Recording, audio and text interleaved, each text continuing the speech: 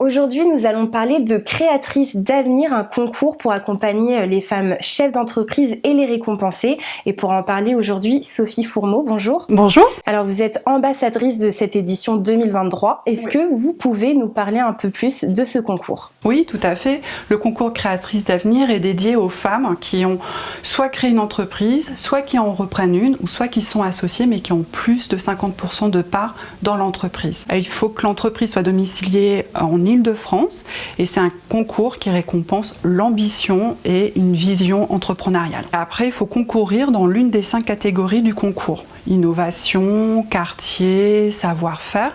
Il y a également le prix public et après, il y a le prix vraiment summum qui est le prix Créatrice d'avenir. Quelque chose de phare aussi dans ce concours, c'est le prêt d'honneur. Est-ce que vous pouvez nous expliquer un peu en quoi ça consiste ? Oui, tout à fait. Donc c'est en fait pour chaque catégorie, donc il y en a 5, il y a une dotation de 4 500 € pour chaque gagnante.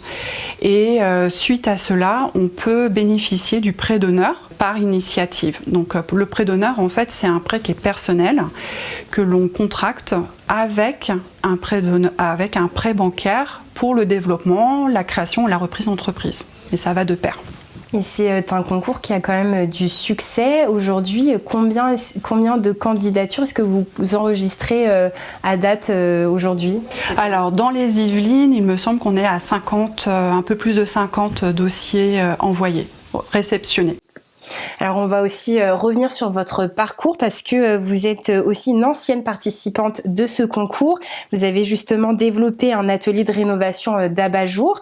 Quel a été votre déclic pour vous inscrire à ce concours en 2020 ? Alors en 2020, je voulais m'inscrire pour pouvoir développer mon entreprise parce que j'étais dans une taille critique où il me fallait vraiment un coup de boost, aussi bien en termes de presse, de visibilité et puis aussi financier.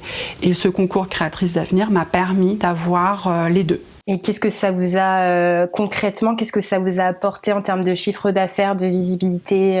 Alors j'ai eu beaucoup de retombées médiatiques, j'ai eu un avant-après en termes de clientèle et de chiffre d'affaires, ça a pratiquement doublé quand même mon chiffre d'affaires. Il y a une fierté de la part de mes clients déjà existants et j'ai eu des nouveaux clients qui sont venus grâce à la notoriété que j'ai eue dans la presse. Et ensuite ça a suscité également des vocations, j'ai pu engager des apprentis et j'ai pu également embaucher.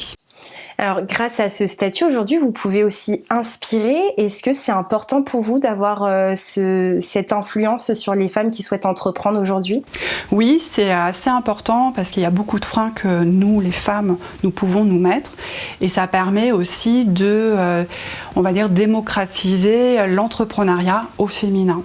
Donc oui, je trouve que c'est très important de transmettre en fait cette expérience et aussi de dire c'est peut-être difficile, mais c'est faisable.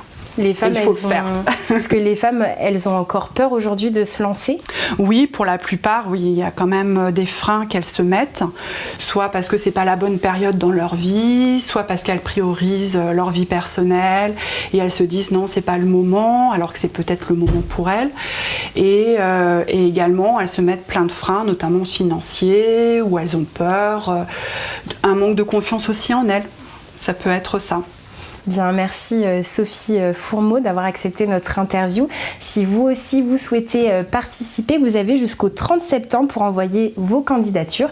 C'est la fin de cette émission. Merci de nous avoir suivis tout au long de cette édition et je vous souhaite de passer une excellente soirée sur TV78.